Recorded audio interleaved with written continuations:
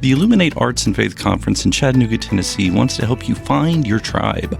Do you get way too excited about quoting Wendell Berry or C.S. Lewis in conversations with coworkers? Does your Spotify playlist include hymns, a little jazz, and a whole lot of Andrew Peterson?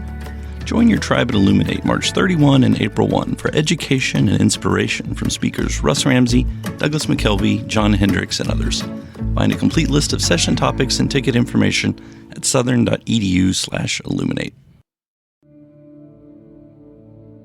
In 2024, I set out to meet as many poets as I could and spend an hour with each one. I got more than I bargained for, more insight, more clarity, more hope. It's proved to be one of the richest highlights of my life. 17 writers, 17 deeply human conversations that made me sit up and pay attention. Franz Kafka once said, if the book we're reading doesn't wake us up with a blow to the head, what are we reading for? A book must be the axe for the frozen sea within us. And that's what I hope this new book will do. I hope it wakes us up, my friends. I hope these conversations will be the catalyst for something to be reawakened, re-enchanted, and reinvigorated. It's called An Axe for the Frozen Sea, Conversations with Poets About What Matters Most. I'm Ben Palpin, and I hope you'll come and listen in as I spend a little time with poets like Lucy Shaw, Malcolm Guite, Dana Gioia, and Lee Young Lee. Pull up a chair at the table as we dig into what it means to write well and to live well. An Axe for the Frozen Sea is now available from Rabbit Room Press. Visit the store at rabbitroom.com, or better yet, ask about it at your favorite bookseller.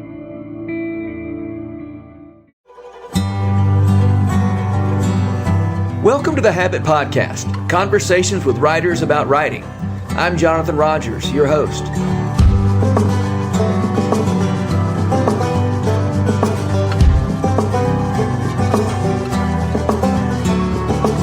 At the end of every episode of this podcast, I ask my guests which writers make them want to write. Charles Portis is a name that has come up several times. His novels, especially True Grit and The Dog of the South, certainly make me want to write. Roy Blunt once said, Charles Portis could be Cormac McCarthy if he wanted to, but he'd rather be funny. I don't suppose there could be a better summation of what I love about Charles Portis. Mr. Portis died on February 17th, 2020, 2 weeks before the release date of this episode. My friend David Kern loves Charles Portis as much as I do, so I called him to reminisce. David Kern runs the Circe Institute's podcast network and hosts the Close Reads podcast, the Daily Poem podcast, and Libramania, a podcast for the book obsessed. I commend those podcasts to you. A slightly edited version of this conversation is being posted as an episode over at Libramania. David Kern, I'm so glad we're having some time to talk about Charles Portis. Yeah, likewise. I can't imagine that there are many writers who would be more fun to just talk about and celebrate and spend some time with. Yeah, I know. I have to admit, I didn't realize Charles Portis was still alive until a couple of months before he died. I had researched him in the last year for something, and so I knew that he was alive, but I didn't know that he was in poor health. I mean, he was old, so it's not surprising. But it's also not surprising that we didn't know that because he's very private. Yeah, right. That's right. He'd been private his whole writing life, and then I guess he'd been in a memory care facility or something for a few years before he was in hospice for a couple of years. It seems like he wasn't private, though, in the way that, say, J.D. Salinger was, where he was truly reclusive. I think he just valued not being in the public eye. Right. Because everything you read about him in the eulogies and in the stories in the New York Times and in local Arkansas newspapers seems like he was a very jovial guy. If you were his friend, he was a delight to be around, which isn't surprising given his books. Yeah, right. He just didn't care about all the stuff that goes with being, a celebrated literary figure. Yeah. I understand he liked to work on his cars and things like that. I mean, he's a very regular guy. That makes him, there's something very endearing about him in that way.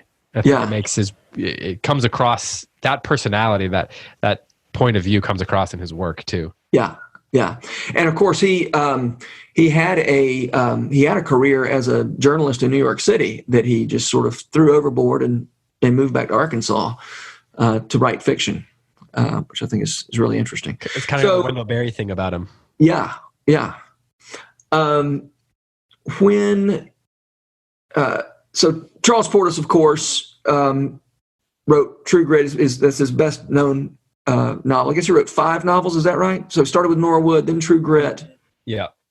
And then The Dog of the South. Yeah, the 3 that involve flim-flam men, Dog of the South, and Masters of Atlantis, and Gringos.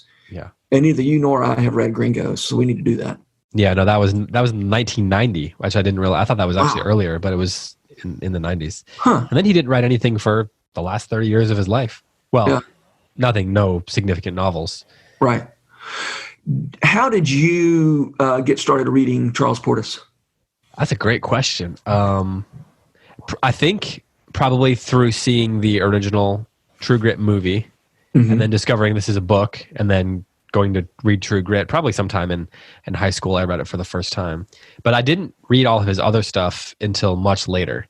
I don't think I really... I mean, I loved Western stories, so True Grit was the first one I turned to. But I didn't read... I think Norwood was the second one, and I think I read that maybe 10 years ago. Something like that.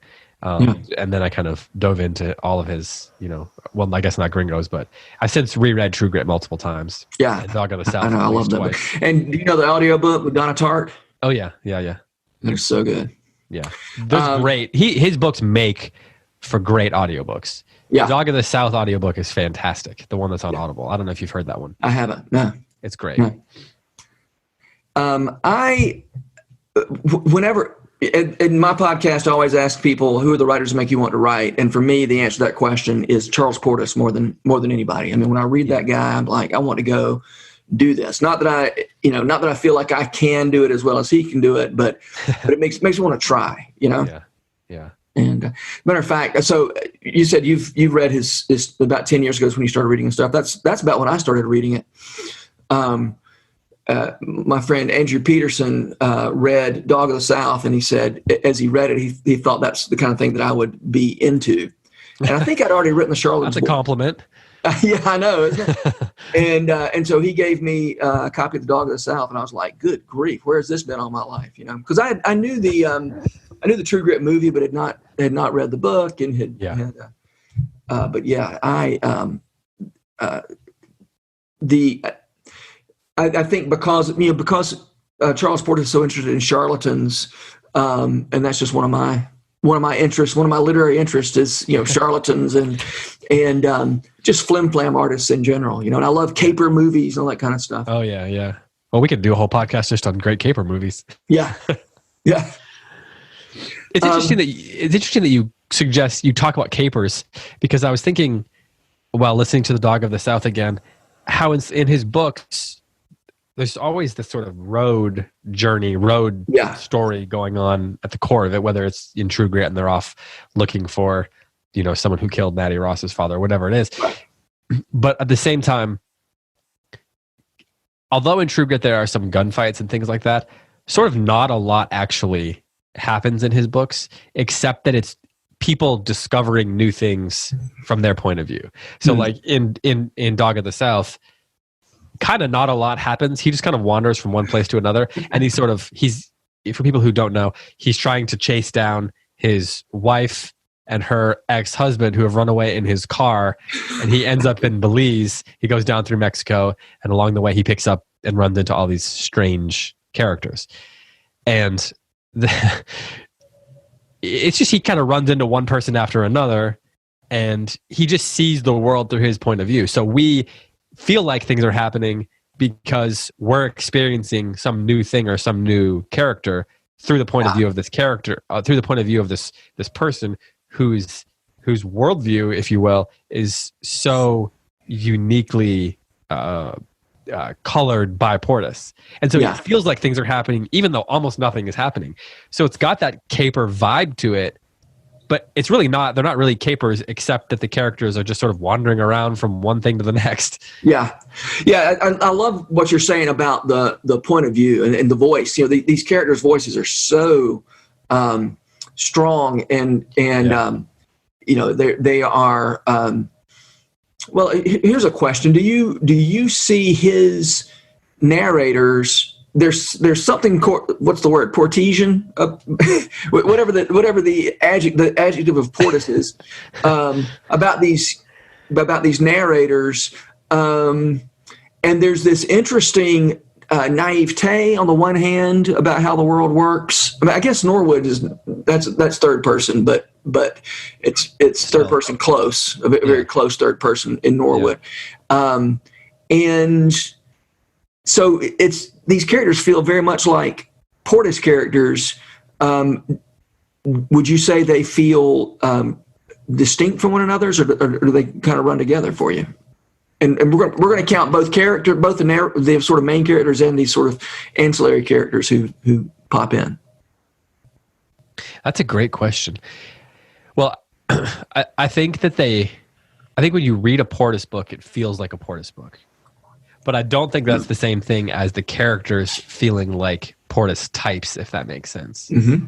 Like, I think Maddie Ross, from the first line of the book, is a distinct character in all of literature. There aren't a lot of even young women characters who are coming of age and going through something tough. There's nobody else that's quite like her. Yeah. And so I think that Norwood is very distinct. And I think part of it is that Portis has the ability to use language in unique ways. For each character. Like, he understands how to make characters talk in a way that is both Portesian, as you said, but also unique to that person. So the sort of King James, the commitment to the King James sort of language that Maddie Ross has is both Portesian, but also different than the way the character in The Dog of the South speaks or the way Norwood speaks in Norwood. Yeah. So it's kind of both. I think that's one of the things that makes people love all of his books. That makes his whole canon beloved, instead of being an author who wrote one beloved book, which if he had just written True Grit and that was the only thing people cared about, it would have still been, he'd still be memorable. Yeah. The one thing I love about True Grit, I love both of the movies, and I especially love the Coen Brothers movie. Yeah, I think it's funnier. Yeah, and it feels truer to the spirit of the book. Although I was reading in his obituary, or his sort of memorial that his family wrote, that they were a little bit snide about the movies. It was funny, But anyway, one thing that, and I don't, as much as I love those movies, the one thing.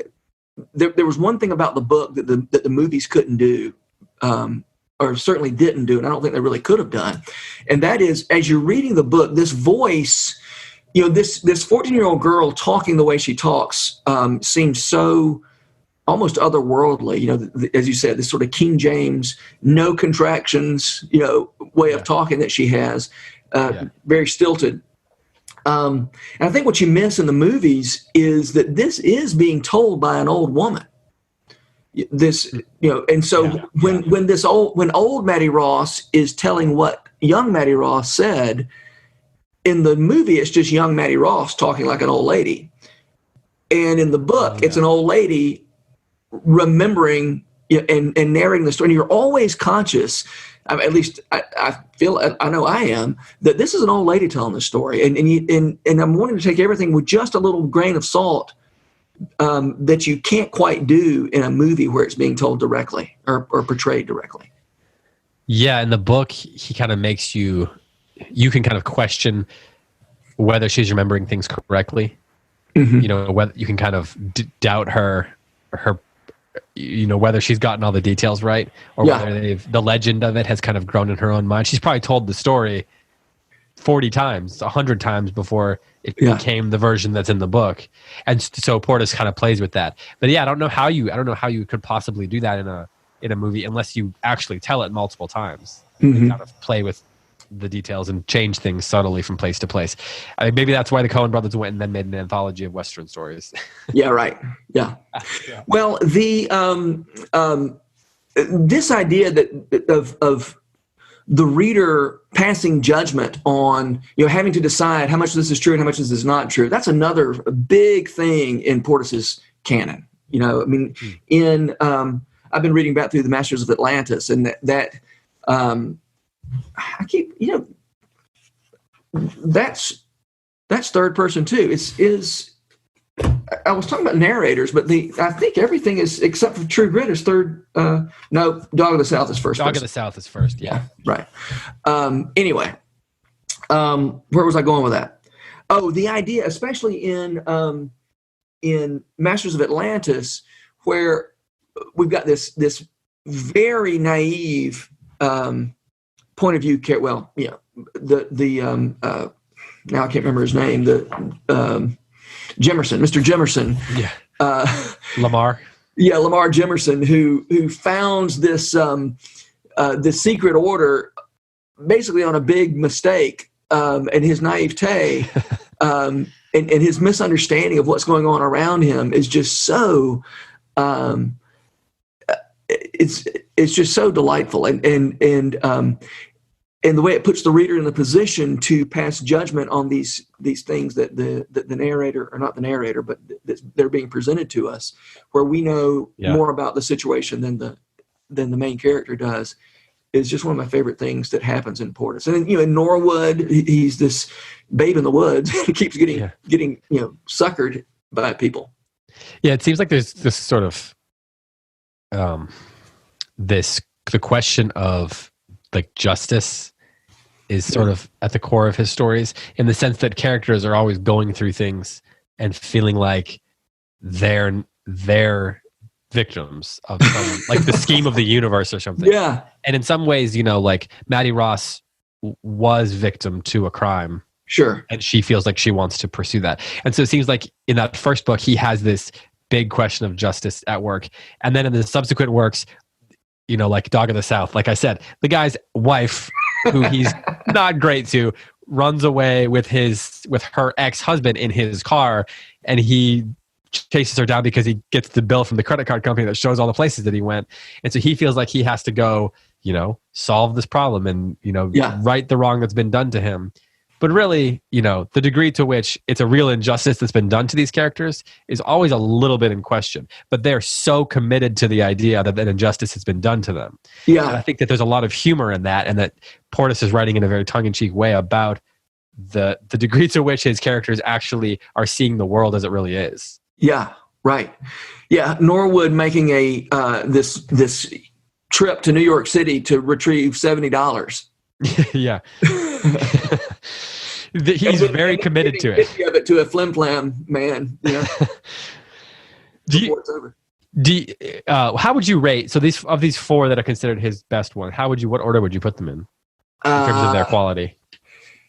Yeah, I mean, True Grit is just so incredibly good. I don't know between True Grit and Dog of the South. Those are, to me, easily the top two. I agree. Yeah. But I don't know which one. It kind of depends on what day it is. I would say that I think probably True Grit is the better book. Dog of the South is slightly more to my taste than True Grit. Because of the humor? Yeah, it's just and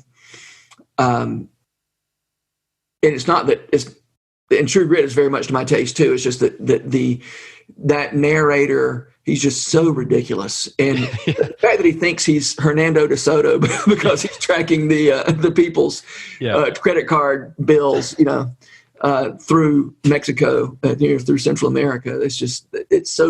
It's so ridiculous, and his sense of, I guess that's the common thing, though, right? They have this sense of self-worth that is far greater than it should be. All of his characters. Yeah. Would you say that's true of Maddie Ross and True Grit? I think she at least has a greater sense of her own capacity.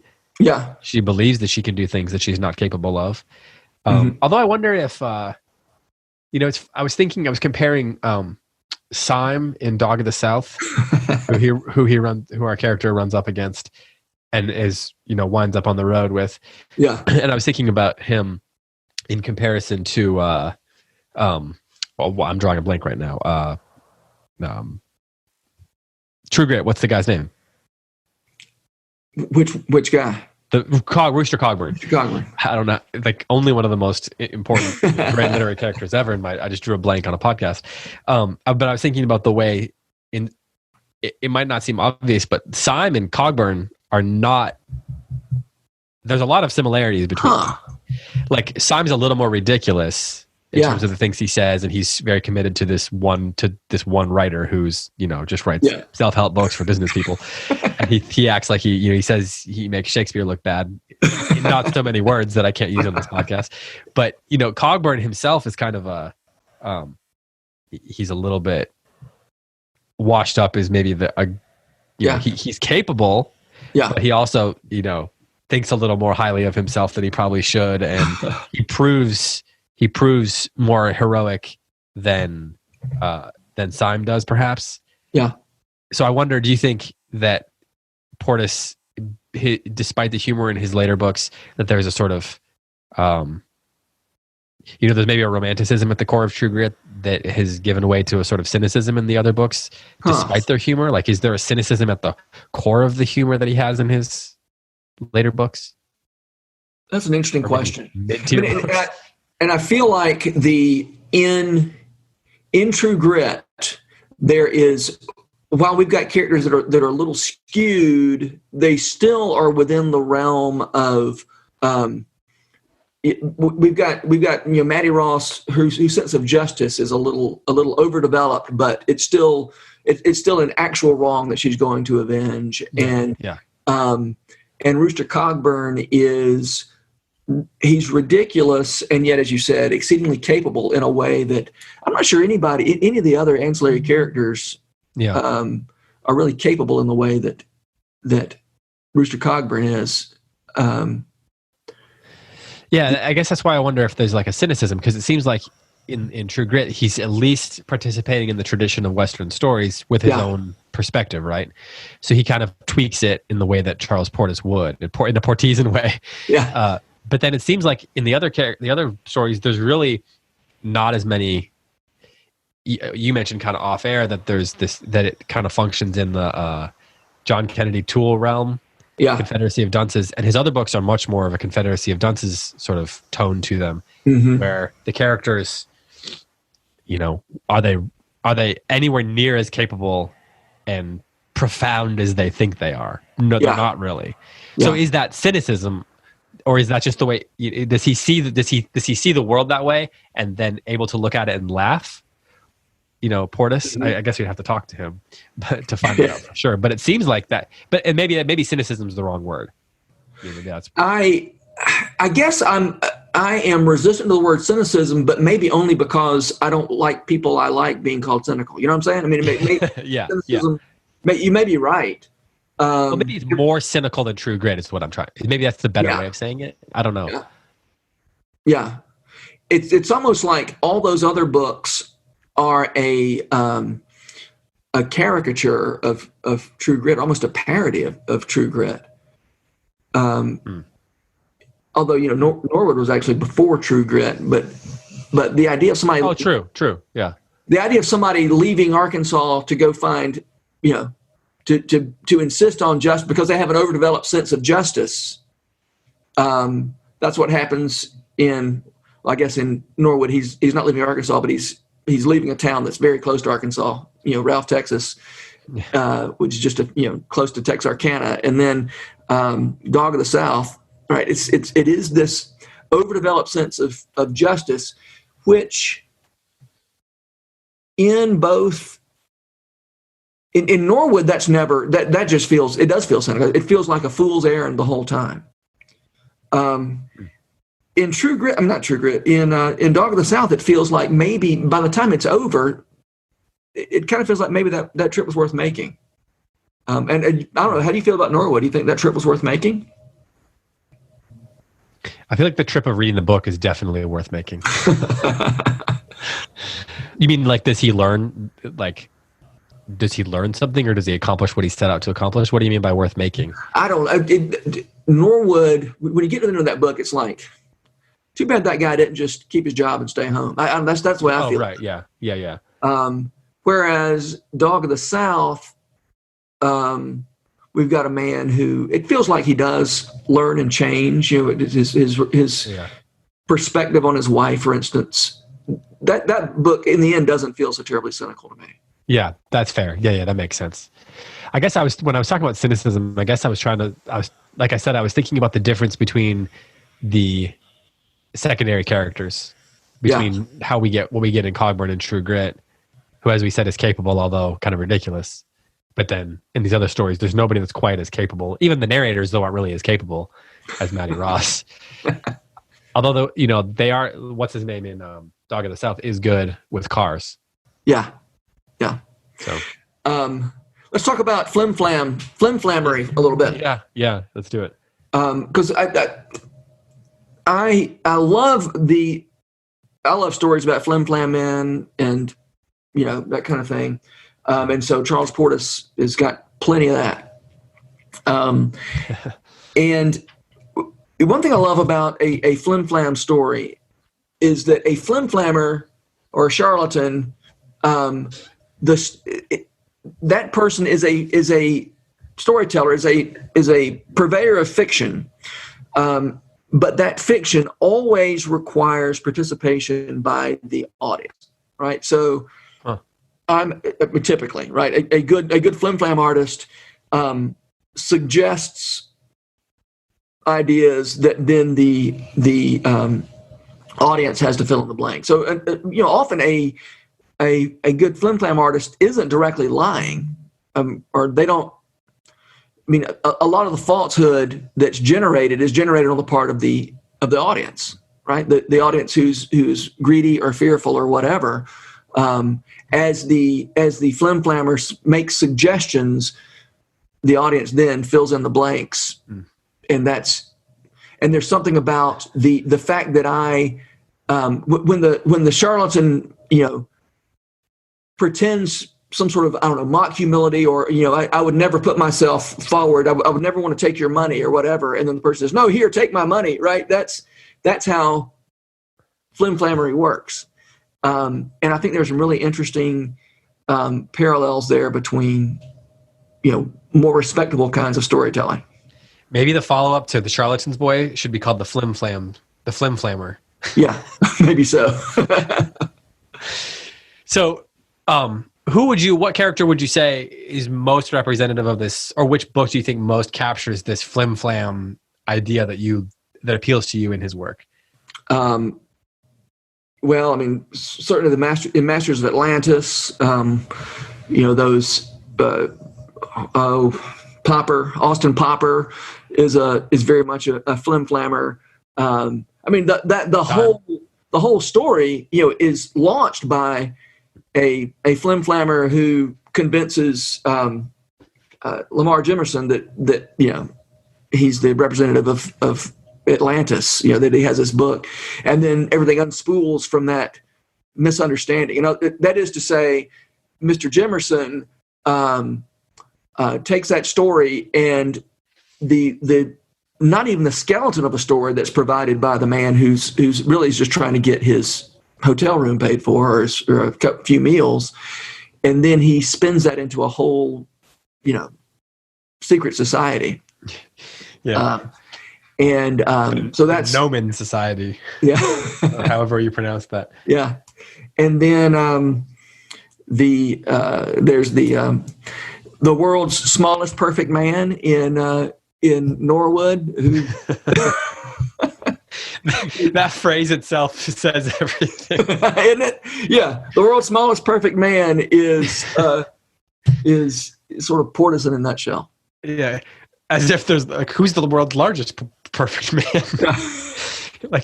He raises these questions, these as you said, he raises these gaps. Yes. That you start thinking about it, and the implication is there's supposed to be a counter to the thing that he says. There's supposed to be a largest perfect man, and then you think about it and you realize how ridiculous it is, and there's just so much humor. like the punchline of it's a joke in 4 words or whatever. I know, it's amazing. And I think that's what I love so much about what he does is this suggestiveness of the way he can in 4 words sort of spin this whole it doesn't tell us much about, actually it ends up telling us a good bit about the world's smallest perfect man, but just that phrase fires the imagination.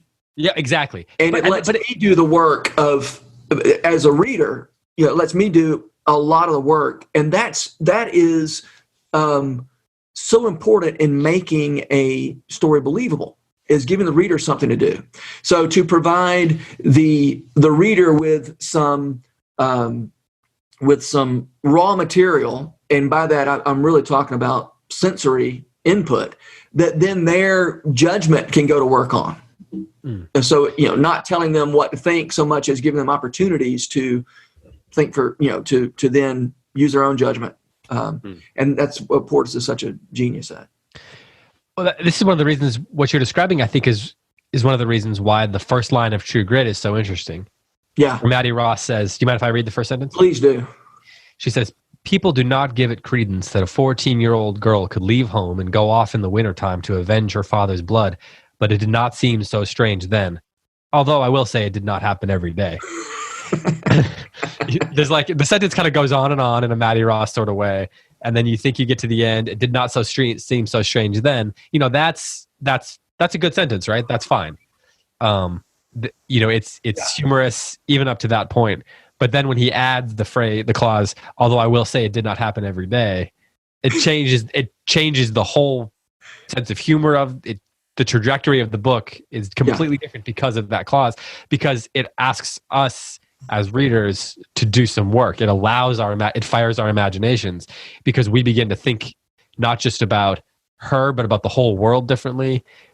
We understand her in a different way. It changes the nature of the adventure. It adds some humor to it. So, in just a few words, the whole experience of the book changes. And that's not something that every writer is capable of doing. And I think partly because not every writer is capable of recognizing the effect of words like that. Mm-hmm. Like it takes a certain giftedness to, even if it's an instinct, maybe that's all it is. It takes a certain instinct to recognize that an extra clause there changes the nature of the book and invites the reader in a way that the book wouldn't do without that there. Yeah. So, So you're suggesting there's nothing to learn there except Portis is brilliant and we're less brilliant? That we are less brilliant? Well, I think that if that's not clear after 2 paragraphs of reading True Grit, then then maybe we're just characters in a Charles Portis novel. Yeah, right. Yeah, right. Yeah. There's lots to learn there, though. Yeah. Especially from a craft perspective.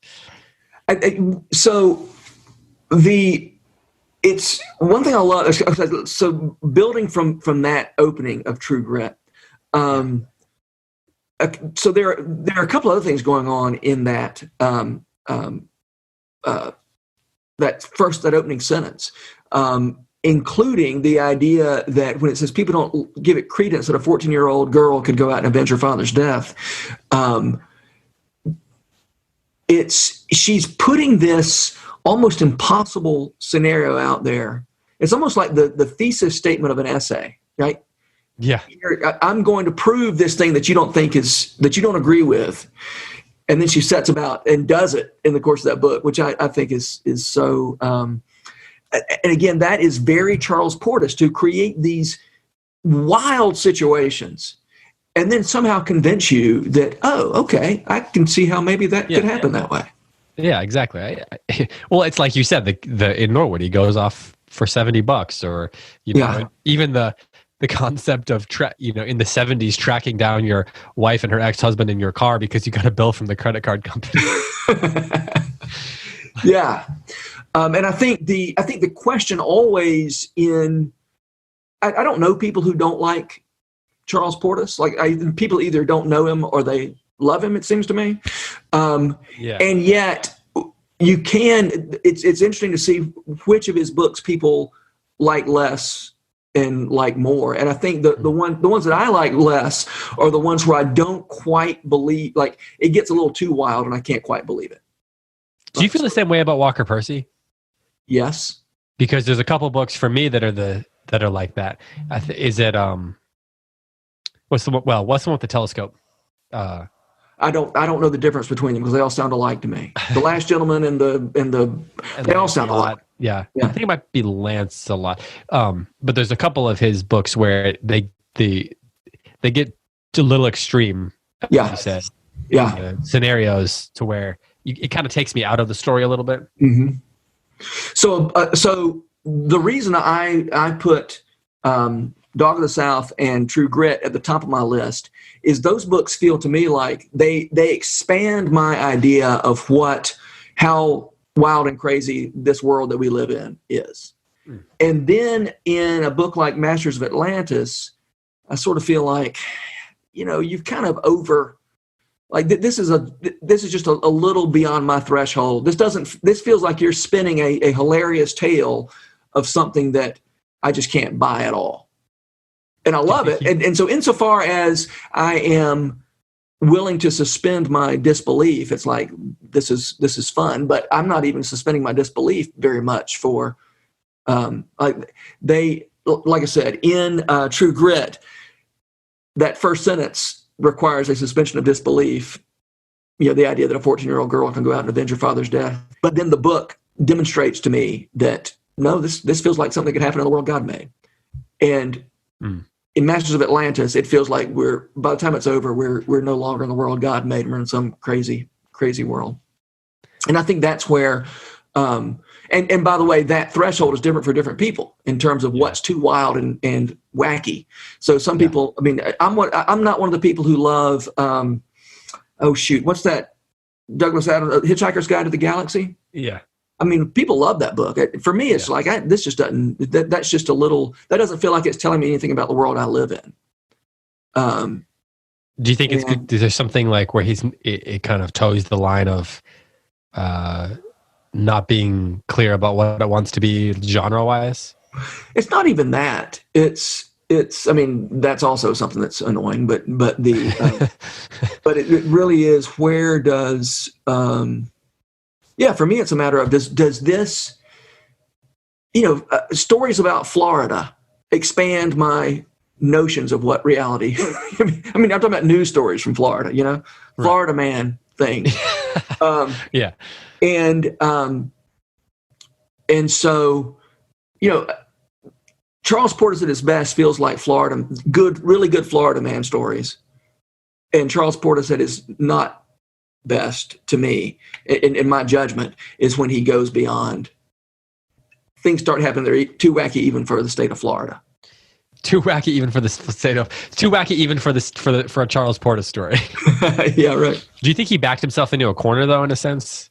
Like he created, first he does he does Norwood, then he does True Grit, then he does Dog of the South, and at that point, either he backed himself into a corner or he just personally wanted to keep going in terms of the eccentricities of his characters and of the world. Yeah, and maybe his threshold, and maybe it's just a matter of his threshold was different from my threshold, which is fine. Well, I would love to know which was his favorite of his books. Yeah, I'd like to know too.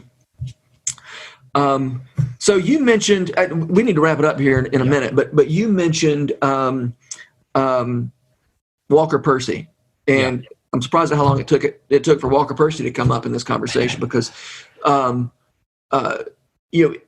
that theory of that, for a while there were people, I never knew how seriously people took this idea, but that Confederacy of Dunces was actually written by Walker Percy under a pseudonym. Do people ever take that theory seriously, or? Well, it's a great theory, and I could theoretically see it maybe being possible. It would also explain why he championed it so much. Right. But we know about John Kennedy Toole, though, so. Sure. Yeah. But anyway, the idea, so sometimes when I'm reading Walker Percy, I see passages that I think, actually, I can see how somebody might think this writer could have written Confederacy of Dunces. Yeah. And it feels to me like, Charles Portis lives in that overlap where Walker Percy and John Kennedy Toole, where they overlap.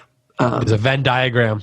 Yeah. In the Venn diagram, there's that overlap where you can make the case, you can possibly believe that Walker Percy wrote Confederacy of Dunces, and that's where Charles Portis lives.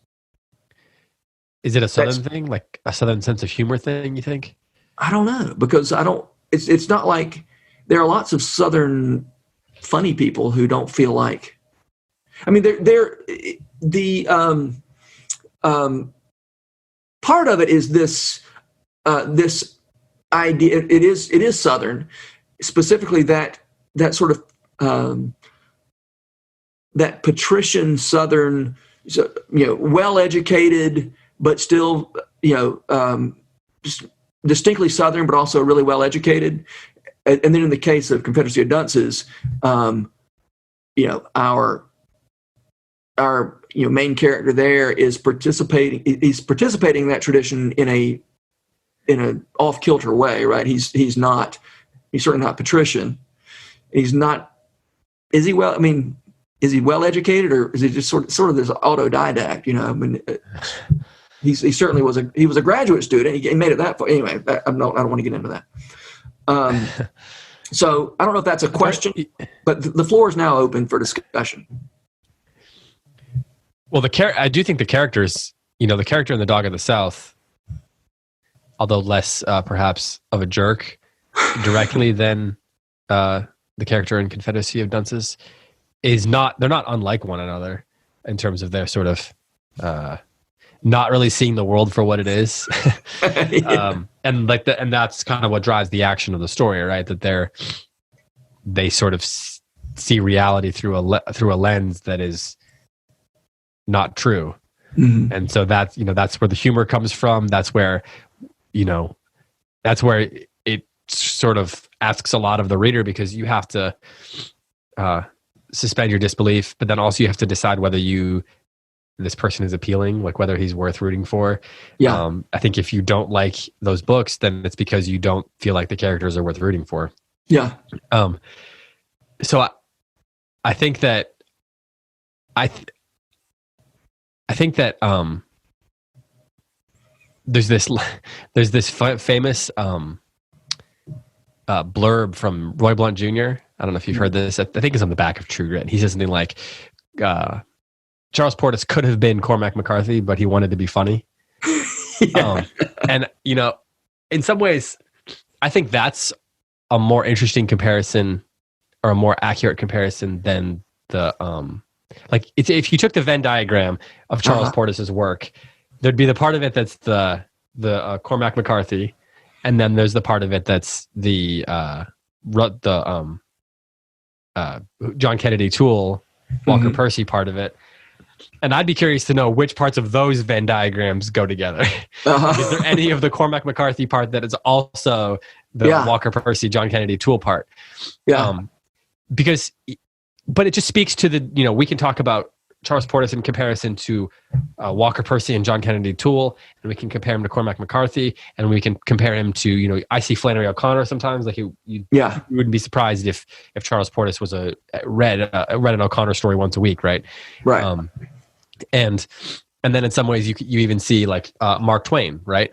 So if you can look at someone like Charles Portis, who for whatever reason is not so well known, but his Venn diagram captures all of these incredible voices that have been not just great Southern writers, but great writers for any region. Right. And the great American voices. It just goes to show how great of a writer Charles Portis was, and it makes it even more mystifying that he is the best, the greatest unknown writer in America. Yeah. And because none of those comparisons feel, whether it's Twain or John Kennedy Toole or Walker Percy or Cormac McCarthy, you don't look at any of those comparisons and say, oh, that's nonsense. Right. The case can be made, and it's a reasonable case. And there's not many writers that can share that many Venn diagrams with that many different writers. Yeah. Yeah. Well, I think that's a great place to wrap up. With that insight, I'm glad you mentioned Cormac McCarthy, because that's exactly right. Okay, so has I always like to ask what writers make you want to write. I'm going to ask you, in what ways has Charles Portis made you want to write? Or has he? Oh, no, he definitely does. I think there's a sort of, I don't know if it's voice exactly, but there's a sort of energy to his writing that and I don't mean energy in the sense that like, there's an electricity, maybe is the better word, that to his writing that seems to come so easily, right? Like it seems like the words just rolled onto the page, through like there wasn't any effort into whatever was delivered onto his typewriter paper.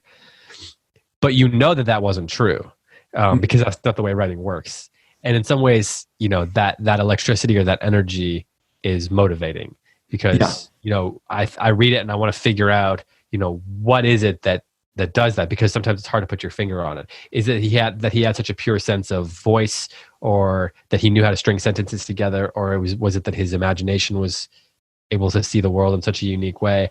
And there's always this, with writers like that, for me, it's this search for what it was about them that produced that making it look easy sense about it.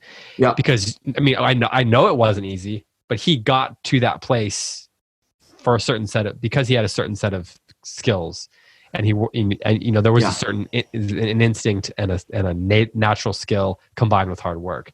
And so when I sit down to write, having read Charles Portis, it's kind of like a search for how he did that. Yeah. And I know I'm not going to make it, but can I try to put my finger on something like that? Can I approximate whatever it was that he was doing, just in my own search for it, like in my own work, So writers like him make me want to do the work, if that makes sense. Yeah. Do the work that sometimes other writers don't make. I might like their books or like their stories, but it's more like an escape.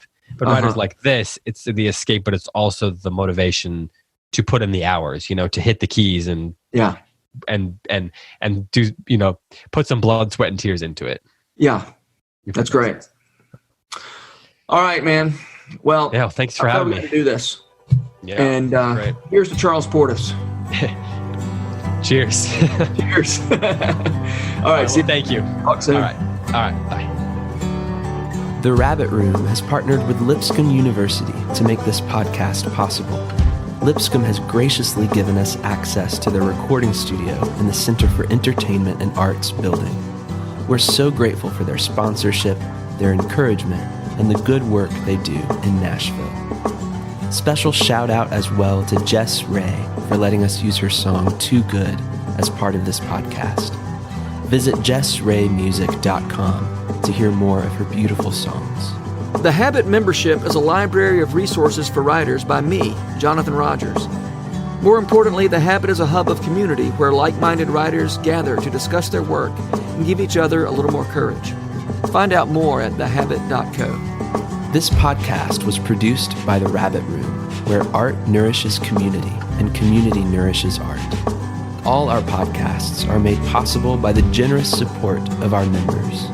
To learn more about us, visit rabbitroom.com, and to become a member, rabbitroom.com/donate.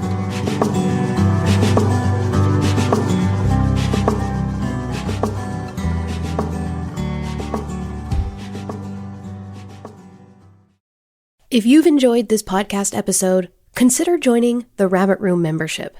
Your membership helps sustain this community, funding everything from publishing and podcasts and theater productions to events and programs that support artists who create with a Christ-centered vision.